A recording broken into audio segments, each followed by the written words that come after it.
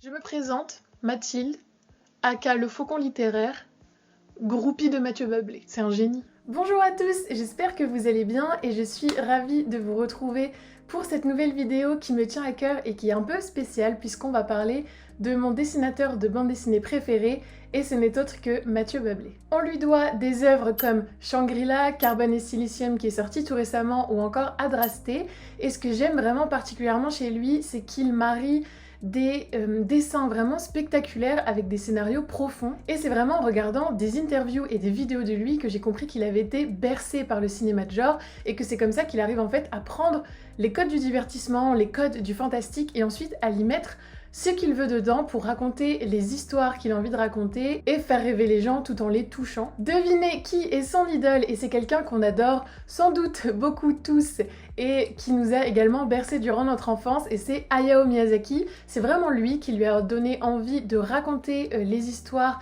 et de dessiner de la manière dont il le fait. Il a été vraiment bercé par tout ce qui est animation japonaise. Et c'est vraiment cette idée de créer les décors et les environnements les plus crédibles possibles, tout en racontant des histoires qui font vraiment rêver, qui sont très oniriques. Comme Miyazaki, il a vraiment envie de transmettre des émotions, d'offrir une très grande qualité d'immersion. Et pour Mathieu Bablé, le dessin, c'est une manière de raconter les histoires, mais pour lui, ce qui importe vraiment, c'est les histoires qu'il raconte. Mathieu Bablé a donc publié 4 albums solo que vous pouvez voir juste derrière moi, chez Ankama Éditions sous le label 619.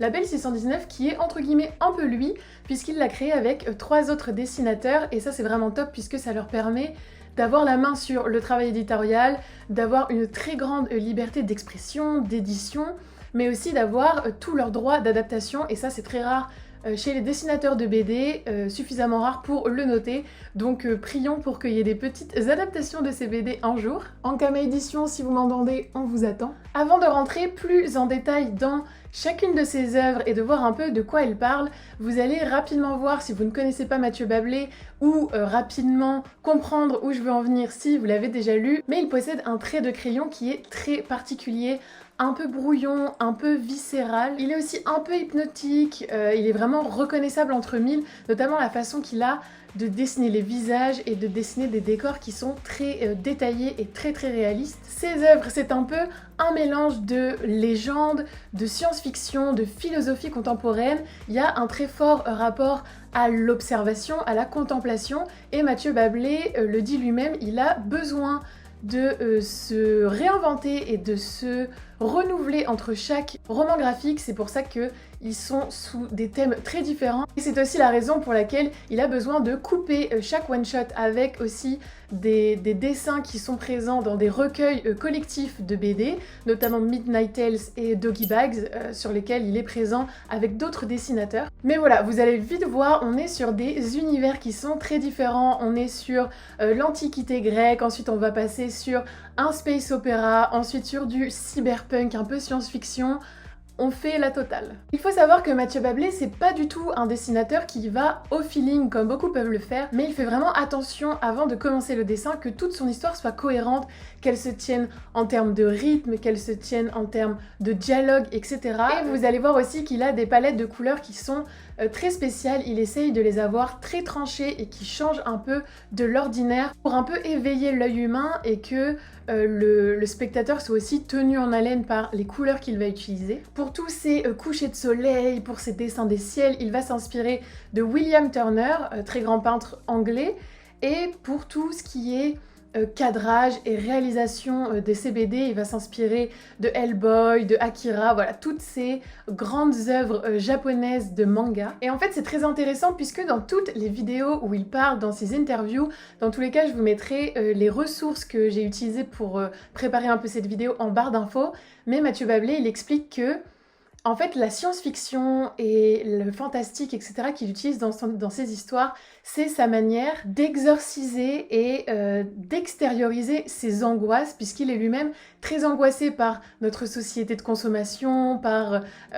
voilà, les travers de la vie humaine, et le dessin permet d'extérioriser et vraiment d'exprimer ces angoisses-là. Il les prend en fait de sa poitrine et il les met dans ses BD. Il s'en débarrasse un peu comme ça, c'est une sorte de thérapie et je trouve ça hyper intéressant de le voir en parler. En fait, ces BD, c'est un peu sa façon à lui de mieux vivre avec lui-même et de mieux vivre avec notre monde. Et donc, on peut lui reprocher d'être un poil pessimiste. Je suis la première à dire que parfois, j'aimerais un peu plus de légèreté dans ces BD qui sont absolument magnifiques, mais c'est juste que c'est plus fort que lui, c'est vraiment ça qui l'inspire au quotidien. Il suffit de regarder le JT, il suffit de regarder les news et les infos pour voilà, être un peu angoissé par le monde qui nous entoure. Et lui, en fait, c'est ça qu'il fait. Il prend cette angoisse, il la transforme en énergie créatrice, il la met dans ses BD. C'est pour ça que vous pouvez retrouver beaucoup d'angoisse sociétale, d'angoisse écologique, d'angoisse environnementale dans ses BD parce que c'est lui qui exprime ce qu'il ressent au quotidien. Pour lui, il y a quelque chose en fait d'immuable dans l'humain qui fait que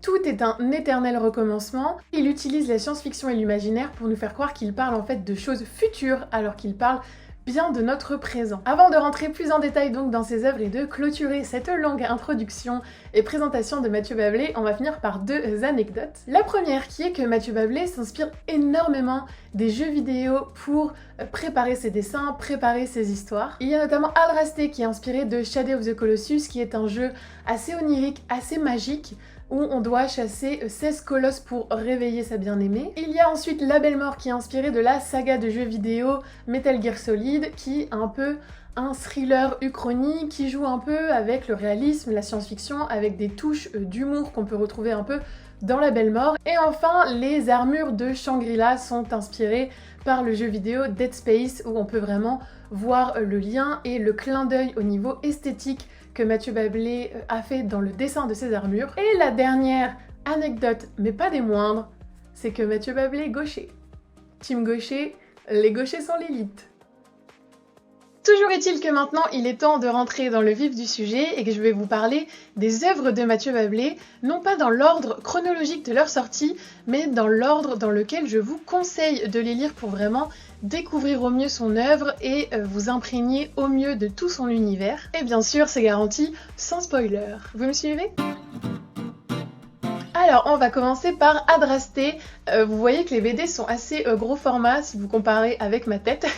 Adrasté, c'est vraiment la BD avec laquelle je vous conseille de débuter Mathieu Bablé. Il est initialement sorti en 2 tomes, il me semble, en 2013-2014, mais je vous conseille l'intégrale puisque, entre-temps, Mathieu Bablé a retravaillé le dessin et notamment surtout certains dialogues pour que ça corresponde encore mieux en fait à sa vision de l'histoire et à l'évolution de son travail. Donc je vous recommande l'intégrale qui est une version plus aboutie d'Adrasté. Alors je vais poser le livre pour que ça soit plus simple, mais Adrasté, il s'agit d'une œuvre dans l'univers et la mythologie grecque. Et donc l'histoire se passe en Antiquité. On va y suivre un personnage qui n'appartient pas directement à la mythologie grecque, mais on va suivre le roi d'Hyperborée. Hyperborée qui est une sorte de paradis perdu que les Grecs voyaient comme un endroit où vivent les bienheureux et donc qui existe réellement dans la mythologie grecque. Et donc ce roi d'Hyperborée, il est immortel. Le problème, c'est qu'il est tout seul à être immortel et que invariablement, tout le monde vit et meurt autour de lui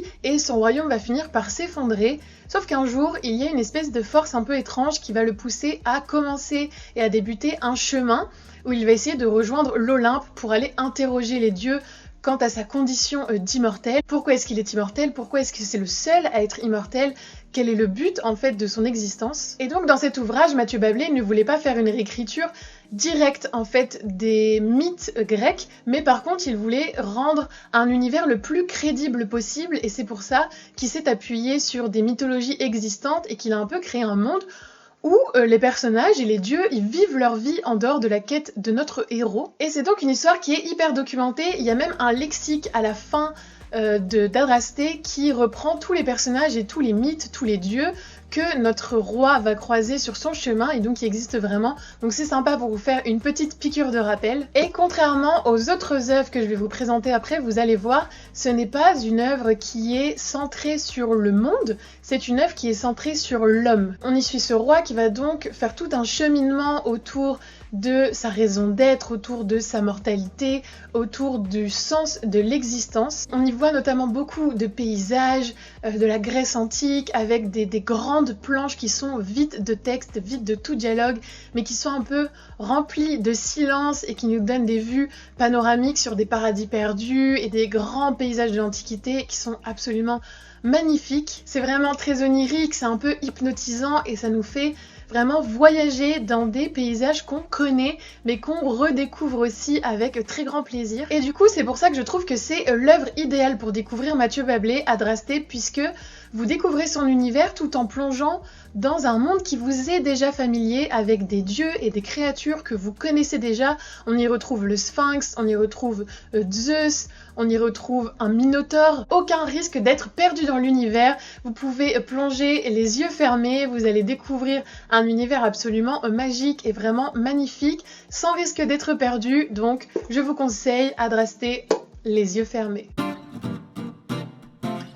Sur la deuxième œuvre que je vous conseille de Mathieu Bablé et c'est La Belle Mort. C'est une BD post-apocalyptique où en fait le monde et la terre a été ravagé par des insectes géants. Oui, des insectes géants, genre des araignées et des chenilles gigantesques, géantes, qui essayent de te bouffer. On est donc sur un registre très différent de celui d'Adrasté et en fait on va suivre 4 personnages qui essayent tant bien que mal de survivre et de tracer leur petit bout de chemin dans ce monde peuplé d'insectes gigantesques. Et Mathieu Bablé va vraiment se concentrer sur les personnages, leurs relations, leur psychologie et vraiment cette question de qu'est-ce qu'on fait quand il n'y a plus rien à faire, quand la Terre est détruite, qu'il n'y a plus aucun but, pourquoi est-ce qu'on vit, comment on occupe ses journées, comment on gère l'ennui.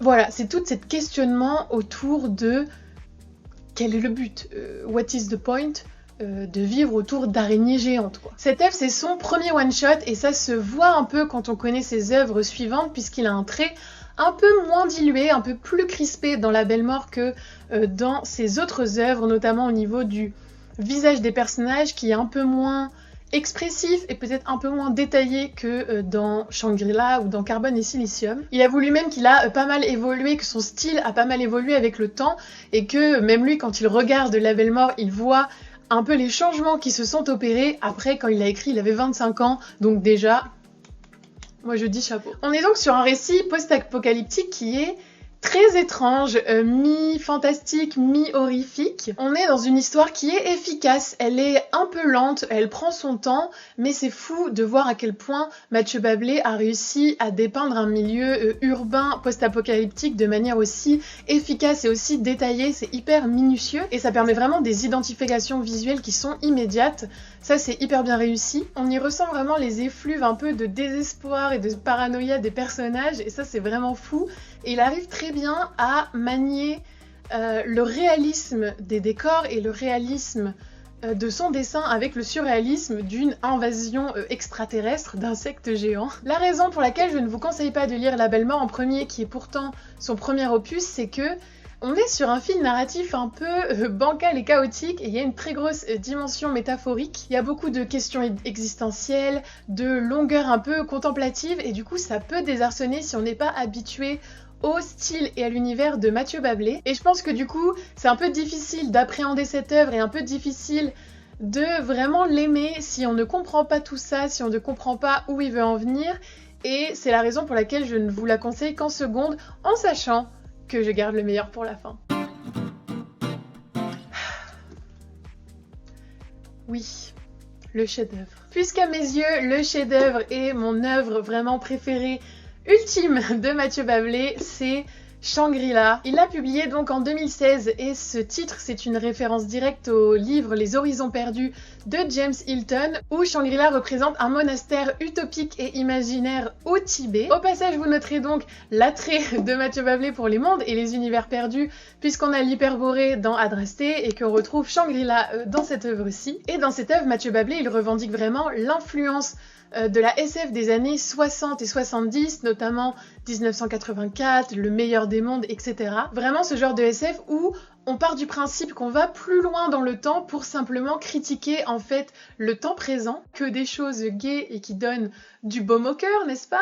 Et donc Shangri-La, c'est un space opéra qui se passe dans l'espace, en orbite autour de la Terre, parce qu'en fait, les humains ont dû fuir la Terre qu'ils ont eux-mêmes détruite. Donc là, Mathieu Bablé reprend le principe de civilisation cannibale. Et donc les humains survivants vivent sur une station spatiale en fait qui est en orbite autour de la Terre. C'est un gigantesque vaisseau qui est sous la coupe d'une corporation qui s'appelle Tianzhu, qui contrôle absolument tout dans ce vaisseau, ce que les gens mangent, où ils travaillent, ce qu'ils achètent, ce qu'ils désirent, comment ils se sentent. Les espaces sont vraiment saturés d'hommes, de machines, de tuyaux. Tout le monde vit un rythme effréné de consommation vraiment continue, sans trop savoir où ils vont, mais ils savent que leur objectif c'est trouver une autre planète pour pouvoir y descendre et y vivre, puisque la Terre est donc détruite. Mais vous vous doutez bien, il y a des complots politiques, il y a des révoltes internes qui vont surgir et qui vont un peu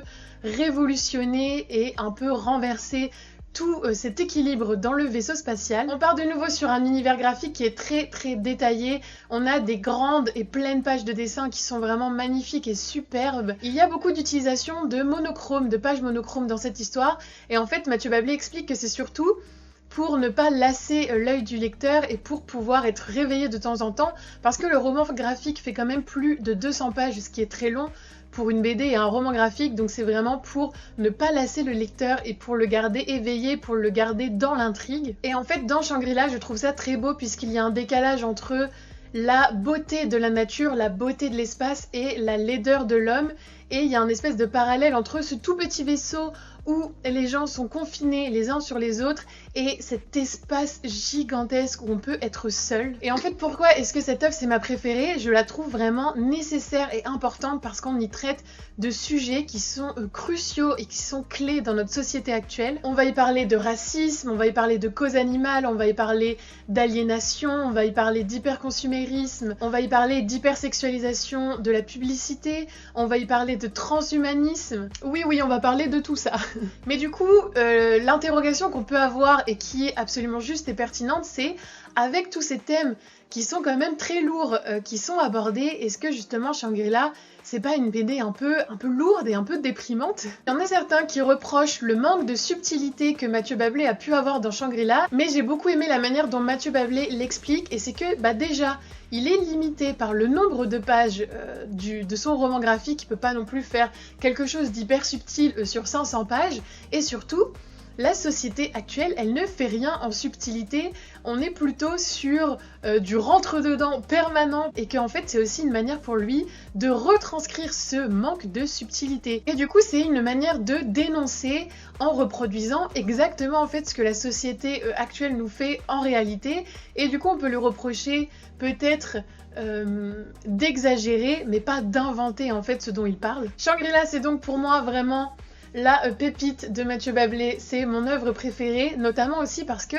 c'est moins contemplatif que Adrasté et La Belle Mort. Il y a plus d'action et c'était aussi en fait une prérogative du label 619 pour essayer de faire quelque chose qui pouvait aussi toucher un autre public et faire quelque chose de moins contemplatif pour pousser Mathieu un peu en dehors de sa zone de confort et hors de ses retranchements pour voir ce qu'il était capable de faire, et franchement c'est très réussi. On a vraiment une intrigue qui est haletante et il y a des rebondissements, mais on garde cette petite touche onirique, cette touche de contemplation qui est vraiment typique et spéciale à Mathieu Bablé. C'est donc un équilibre, je trouve, absolument parfait entre les deux, et si vous ne deviez garder qu'une seule œuvre de cette vidéo, Shangri-La.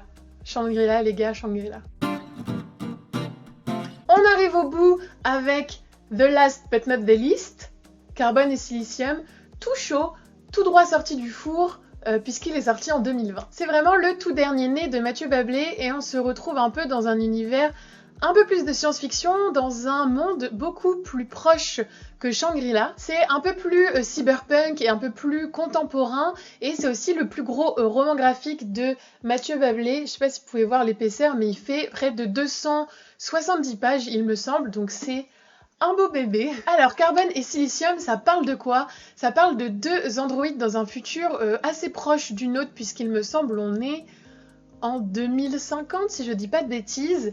Et c'est un peu ce moment où l'intelligence artificielle et le transhumanisme représentent un peu l'apogée des nouvelles technologies humaines. En gros, Mathieu Bablé, il veut dessiner ce moment où t'es tout en haut, mais t'es au bord du précipice. et qu'un petit coup de vent, ça peut te faire tomber d'un côté ou de l'autre et que le choix un peu t'appartient de savoir dans quel sens tu vas avancer. Et donc ces deux robots, ils sont à l'apparence humaine, ils ont été créés dans un laboratoire de la Silicon Valley et ils vont être en quelque sorte des témoins de toute l'évolution de la civilisation humaine. Le fait qu'ils aient une apparence humaine, Mathieu Bablé l'a expliqué en sachant que c'était un anthropomorphisme un peu non nécessaire puisque ces robots pouvaient avoir n'importe quelle apparence, mais en fait il leur a donné la fonction initiale d'être des aides à la personne et donc forcément pour être vecteur d'empathie et pour ne pas faire peur par exemple aux personnes âgées dont ils vont s'occuper. C'est pour ça que cette société futuriste a créé des robots à l'effigie vraiment totale de l'humain. Carbone et Silicium sont tous les deux nés en captivité dans un laboratoire de la Silicon Valley, mais à un moment, il y en a un des deux qui va réussir à s'échapper alors que l'autre va rester avec les scientifiques du laboratoire. Et donc on va suivre leur évolution séparément, leur évolution ensemble. Ils sont tous les deux épris de liberté, mais ils ne l'expriment pas et ils ne le ressentent pas de la même manière tous les deux. Et donc il y a une véritable continuité avec Shangri-La, d'où aussi en fait l'intérêt de lire ces BD dans cet ordre, puisque Shangri-La, c'est vraiment une œuvre contestataire autour de tout ce qui est l'hyperconsumérisme, et Carbone et Silicium va parler de cet effondrement, de ce même type de société. Et ce qui est intéressant, c'est que le prochain one-shot de Mathieu Bablé va parler de comment est-ce qu'on peut se reconstruire et sur quelle valeur on peut se reconstruire après son effondrement. Mais ça, je vous en parle plus en profondeur à la fin de cette vidéo. Carbone et Silicium étant une histoire sous le prisme de l'intelligence artificielle et des nouvelles technologies, il faut savoir que Mathieu Bablé il était un peu pressé de sortir cette BD puisqu'il a été obligé plusieurs fois de réécrire des dialogues pour rester à jour en fait, parce que dans ce secteur technologique, il y a tellement d'avancées, il y a tellement d'innovations, tout va tellement vite que parfois le temps d'écrire cette BD, il a été dépassé, ou il y a des nouvelles choses qui sont arrivées qui fait que son histoire a dû aussi s'adapter et évoluer en même temps que les nouvelles technologies et les nouvelles innovations, et ça je trouve ça hyper intéressant. Il faut savoir que de nouveau Mathieu Bablé ne fait pas dans le feel good et que dans Carbone et Silicium je trouve que c'est l'apogée d'une vision très pessimiste de la vie humaine. C'est vraiment un discours qui a été inspiré par les discours des chercheurs, des scientifiques sur le grand effondrement, etc. qui tire un peu la sonnette d'alarme. Et nous on fait un peu les sourds, hein, on continue notre petit bonhomme de chemin, et Carbone et Silicium c'est vraiment la continuité et ce qui peut potentiellement arriver si on continue sur cette lancée. Il y a un lien assez évident avec Blade Runner, Ghost in the Shell si vous connaissez, mais aussi le film The Fountain qui reprend l'histoire d'un homme qui va un peu traverser les siècles pour pouvoir retrouver la femme qu'il aime. La raison pour laquelle je vous conseille de lire Carbone et Silicium en dernier, c'est que non seulement je trouve qu'il y a une continuité avec les œuvres précédentes, mais aussi surtout c'est l'une des plus difficiles à aborder selon moi. On est sur de la science-fiction, on est sur une narration aussi qui est plus dilatée et plus lente, avec moins d'action. Il y a beaucoup de contemplatif de nouveau et il y a beaucoup de spiritualité, puisque Mathieu Bablé, vous allez le voir, c'est beaucoup inspiré des décors et des paysages de l'Inde, mais aussi de la spiritualité du bouddhisme, avec notamment le principe de réincarnation, le rapport de l'homme avec la nature. Et du coup, même si ma BD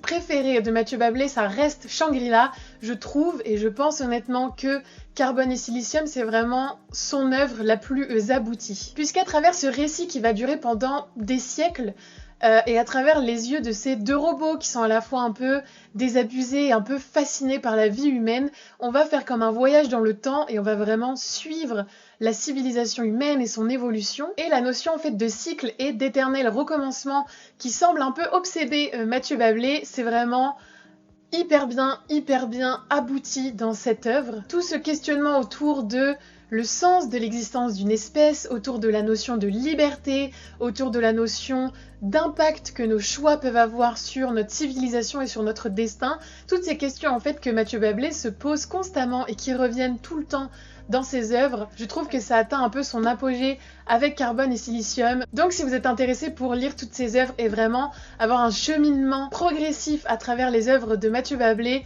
si vous finissez par Carbone et Silicium, je trouve que c'est vraiment la cerise sur le gâteau. C'était donc les 4 œuvres principales de Mathieu Bablé. J'espère que cette vidéo vous aura plu, on arrive au bout. J'ai pris un grand plaisir à la préparer, j'ai pris un grand plaisir à la tourner. C'est vraiment un dessinateur que j'adore et je voulais lui rendre un petit hommage à ma manière. J'espère que ça vous aura donné envie de découvrir ses œuvres. Et tout à l'heure, j'ai fait durer un petit suspense et je vous ai parlé de son prochain one-shot. Eh bien, sachez que dans une vidéo, dans une interview sur Konbini, il a dit que son prochain one-shot, ça serait de la SF de nouveau et que ça serait un mélange entre Mad Max, Nausicaa de la vallée du vent et Death Stranding. Que demande le peuple? Franchement, ça va être explosif, je le sens. Et il a posté sur son compte Facebook une image et un dessin de son héroïne que je vais vous intégrer en insert dans cette vidéo. Franchement, j'ai trop hâte. Je vous remercie vraiment grandement d'avoir regardé cette vidéo jusqu'au bout, ça me fait chaud au cœur. Et sachez que pour vous remercier de votre fidélité et pour vous remercier puisqu'on a atteint les 200 abonnés, sachez que donc j'organise un concours et que je vais faire gagner à l'un ou l'une d'entre vous l'œuvre de Mathieu Bablé de votre choix. Donc ça peut être l'un de ses romans graphiques présentés dans cette vidéo, mais aussi un recueil de Midnight Tales ou de Doggy Bags. Si vous avez déjà comme moi toutes les œuvres de Mathieu Bablé, comme ça vous pouvez aussi participer. J'espère que ce concours vous fait plaisir et pour participer, il suffit de commander cette vidéo avec l'œuvre de Mathieu Bablé qui vous fait le plus envie ou celle que vous avez le plus aimée et pourquoi, et de remplir juste un petit Google Form qui est en barre d'infos, comme ça je peux facilement contacter le ou la gagnante. De nouveau, j'espère que cette vidéo vous aura plu, que ce concours vous fait plaisir. Je suis vraiment ravie de vous redonner un peu de ce que vous m'apportez au quotidien. Je serai ravie de discuter de Mathieu Bablé avec vous en commentaire, donc n'hésitez pas à réagir à cette vidéo. Et en attendant, merci encore et je vous dis à la prochaine!